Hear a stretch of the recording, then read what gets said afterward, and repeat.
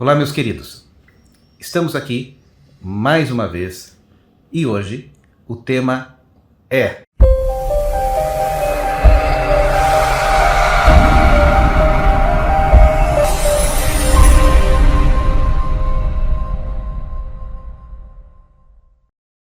qual é o verdadeiro objetivo do Tantra? o verdadeiro objetivo do Tantra é levar o indivíduo à iluminação interior. Porém, esse é um conceito abstrato. Para quem não tem noção do que significa iluminação interior, é como se eu não tivesse respondido nada. Ok? Então, precisamos entender o que é a iluminação interior. É um estado de não mente. Só que isso não é binário. A iluminação não é um fenômeno que ou é iluminado ou não é iluminado. Nós não estamos falando aqui de um princípio de sim ou não. O indivíduo vai gradativamente saindo das arapucas da mente, que são os elementos que fazem com que o indivíduo tenha uma percepção equivocada da realidade.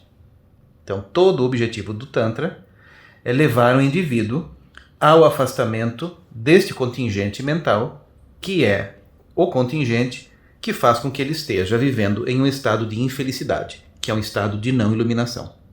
Essa, então, é a função primária, verdadeira e definitiva do Tantra. Levar o indivíduo, conduzir o indivíduo a um estado de iluminação. E o que o Tantra tem de diferente das outras escolas de iluminação, no caso, né? O Tantra tem... a diferença do Tantra e das outras escolas de iluminação é que o Tantra se utiliza do corpo físico como alavanca para o processo iluminatório. E poderia você me perguntar assim, mas do que adianta isto?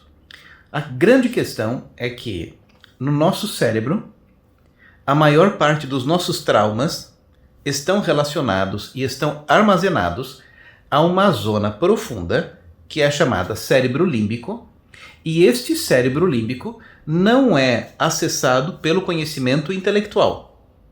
Então, por mais que você estude a respeito do seu cérebro, da sua vida, de como que funciona a dinâmica da existência, este estudo não se transforma em uma realização interior. Por quê? Via de regra, a fonte dos problemas não está no córtex. O córtex cerebral é onde você tem o acúmulo das informações concretas e abstratas. Não é lá que os problemas se encontram. Os problemas se encontram em uma zona mais profunda do seu cérebro, que é chamado de cérebro límbico. A zona mais profunda do seu cérebro, que é a amígdala cerebral, é aquela onde nós temos as estruturas neurais que armazenam as sensações de medo. E grande parte da problemática humana são questões onde invariavelmente o medo é a mãe e o pai de todas elas. Ou seja, o Tantra é uma via extremamente mais direta e mais rápida do que todas as outras tradições antigas. E é por esta razão que considera-se o Tantra como uma das únicas possibilidades do indivíduo realizar a iluminação espiritual em apenas uma vida. Ok. Então seria uma forma mais fácil de se iluminar, ou não? Não é fácil. Ok. Não é fácil. É uma forma, inclusive, mais radical.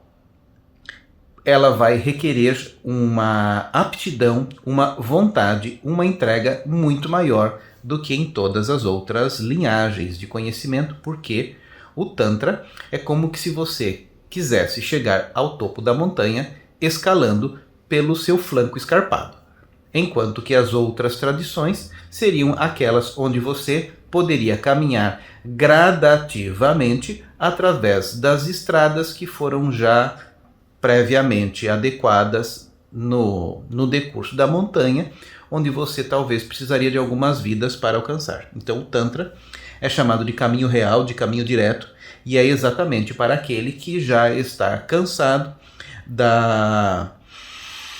da confusão que a mente tem proporcionado vida após vida e quer realmente realizar a sua iluminação nesta mesma encarnação de uma forma instantânea. O Tantra diz, você pode iluminar-se a qualquer momento, desde que você se utilize dos instrumentos adequados para isso. Uma das traduções de Tantra é instrumentação, é instrumento, é técnica. Ou seja, ele dispõe de um conjunto de normas, de regras disciplinares que conduzem você de uma forma radicalmente à sua iluminação. E por que o sexo está associado ao Tantra? O Tantra veio para o Ocidente na década de 60 e 70, junto com as diversas vertentes neo-hippies. E essas vertentes neo-hippies, elas eram absolutamente libertárias, e elas colocavam sexo em tudo. Este é um dos primeiros fatores. Disto criou-se aquilo que nós chamamos de Neo-Tantra. Outra grande questão é que o Tantra se utiliza do corpo físico como alavanca. E aqui no Ocidente, tudo que diz respeito ao corpo físico vai ser tingido com o filtro de quem o observa. E via de regra, a maior parte das pessoas não está imbuído de uma visão inocente do corpo e acaba vendo sexualidade onde não existe. Uma criança convivendo com outra criança, ambos nus, nunca estariam vendo esse campo contaminado, porque eles estariam ainda dentro de uma dimensão de inocência. O grande problema de tudo é que o indivíduo, no momento em que ele deixa de ser criança e vai se virando adulto, ele vai adulterando a inocência e criando então filtros de malícia. Esses filtros de malícia contaminam e poluem toda a percepção do real. Assim sendo, as pessoas veem sexo em tudo porque elas já estão predispostas a ver sexo até onde não existem. Mas não tem aquela questão da Maituna? Isso não tem nada a ver com Tantra? Maituna? A Maituna é um dos 5 M's, vindo de um ritual chamado Panchamakara, que é descrito em alguns shastras antigos, em alguns tratados de Tantra.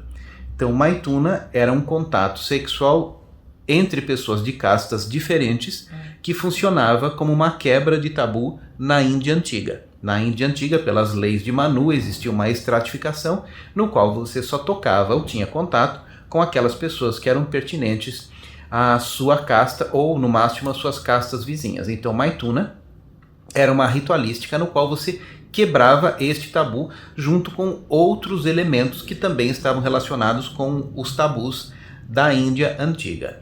Obviamente, na situação e na condição ocidental que nós estamos, onde nós não temos este tabu, este Maituna, ele se torna sem nenhum sentido para a nossa cultura. Então ele só funciona para a Índia, ainda mais a Índia Antiga. Porque, via de regra, hoje em dia, nos tempos contemporâneos, nos tempos modernos, nós não vemos tanto acirradamente esta estratificação determinando as relações interpessoais na Índia hoje em dia. E nem aqui, em nenhum lugar. E nem aqui, em nenhum lugar. Ou seja, esse Maituna, ele não tem essa função. Ele não tem essa função mais. Ou seja, ele não funcionaria para um ocidental. Existe também uma outra interpretação do Maituna, que seria uma forma do indivíduo realizar um casamento alquímico dentro de si. Ou seja, de um homem entrar em contato com a sua ânima e da mulher entrar em contato com o seu ânimos. Então, este casamento alquímico interno colocaria, então, o indivíduo em uma situação de equilíbrio através do qual ele não mais ficaria buscando a complementaridade exterior, que, no fundo, ainda é uma sombra que está no nosso cérebro primitivo, que está relacionado com a perpetuação da espécie e não tem nenhuma ligação com a individuação humana. E muitas pessoas falam de um sexo espiritual, isso então não existe? Um sexo ele pode ser espiritual quando ele é feito com todos os corpos. Feito com todos os corpos significa duas pessoas que estão mentalmente sintonizadas, emocionalmente sintonizadas, fisicamente sintonizadas e espiritualmente sintonizadas. Então, este sexo deixa de ser uma masturbação fundamentada em uma condição friccional para ser um encontro de alma mesmo. Mas isso só acontece quando as pessoas já estão mais sensíveis para esta dimensão, onde elas têm um contato sexual, não porque os seus hormônios estão explodindo, mas porque existe uma empatia profunda com o estado de alma de outra pessoa. Então, no fundo, este sexo espiritual, que erroneamente é chamado de Maituna, que muitas pessoas chamam de sexo tântrico, é aquele feito entre duas pessoas que estão em uma condição de verdade e de entrega profunda em relação ao outro, sem a necessidade de fazer performances, sem a necessidade de representar papéis, sem a necessidade de explodir os seus hormônios simplesmente através de descargas friccionais. Este nível de consciência proporciona uma outra qualidade no contato sexual entre as pessoas, e isto é que nós podemos chamar de sexo tântrico. E quando acontece das pessoas acharem que tem essa ligação em todos os corpos, isso tem que ser recíproco, né? Isto tem que ser uma coisa recíproca, porque existe realmente uma conexão verdadeira, existe a possibilidade de existir uma conexão verdadeira, mas é necessário também que o indivíduo já esteja um pouco além de suas sombras, porque esta realidade não está no campo da fantasia, está no campo de uma percepção verdadeira, intrínseca e bilateral. Bilateral. Tem que ser claro, mútuo, né? Tem que ser mútuo, porque senão a possibilidade de ser uma projeção vai ser elevadíssima. Ok. Então, estas questões elas são fundamentais para nós entendermos o funcionamento da mecânica do Tantra, e, via de regra, as pessoas permanecem muito nas perguntas e nas questões relacionadas à sexualidade, não porque o Tantra trata de sexualidade, mas porque este é um ponto bastante delicado e confuso na maior parte dos indivíduos, especialmente porque o Tantra é uma dinâmica de transformação de consciência que está relacionada com o corpo, que utiliza o corpo como elemento para a sua transformação, porque, via de regra, estas regiões mais internas do cérebro, como o cérebro límbico, a amígdala, as partes mais interiores ainda do cérebro primitivo, que é o cérebro reptiliano, isso segundo a divisão da terminologia do cérebro triuno de Paul MacLean. Porque existem complexidades muito maiores na análise do funcionamento do cérebro. Mas é porque através do raciocínio, do estudo, o indivíduo não atinge estes lugares onde estão os nossos verdadeiros problemas. Os nossos verdadeiros problemas, que são de natureza profunda, conectada com a raiz do nosso campo traumático, do nosso campo emocional profundo, ele não é atingível através do estabelecimento de raciocínios comparativos, e é por essa razão que muitas vezes o indivíduo se detém 10 ou 15 anos em seu processo de vida, em análises freudianos, em elementos que depois ele resolve em 1 hora ou em 2 horas dentro de uma prática profunda de Tantra. Porque no córtex não estão as informações que estão causando o problema essencial da sua vida, que, via de regra, está relacionado pela mistura de medos, culpas e raivas, e disso se torna o emaranhado mental no qual a humanidade se prende, se compõe, se estabelece e se desenvolve. Então o Tantra é uma linhagem de iluminação que envolve todas essas possibilidades de uma forma direta, ou seja, trata-se de uma linha de conhecimento, de uma linha de perpetuação dessa energia que teoricamente viria de Shiva, que coloca você em contato direto com o ponto nevrálgico da sua experiência, que são os seus níveis cerebrais mais profundos, que no campo cognitivo eles não são acessados, não é mesmo? Então, mais ou menos, essas são as linhas básicas que definem o Tantra. O Tantra é um processo iniciático, ele vem de Parampara, ele requer uma sucessão discipular.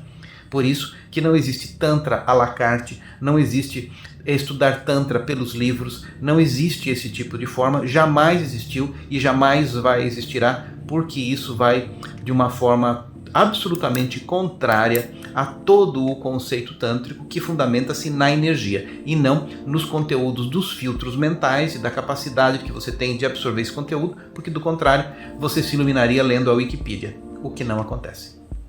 Então esta foi um vídeo bastante simples que nós tratamos de elementos bastante importantes que podem ser vitais para o seu desenvolvimento dentro do Tantra. Se você tiver dúvidas, se existem questões que você gostaria de expor, utilize o espaço aqui embaixo para isso. Se você gostou deste vídeo, dê um like. Se você não está inscrito no nosso canal, ainda se inscreva, porque nós sempre tratamos os nossos conteúdos com bastante verdade e com alinhamento aos princípios tradicionais de todas estas escolas que perpetuaram este conhecimento de transcendência até o mundo moderno. Fiquem bem, até o nosso próximo vídeo.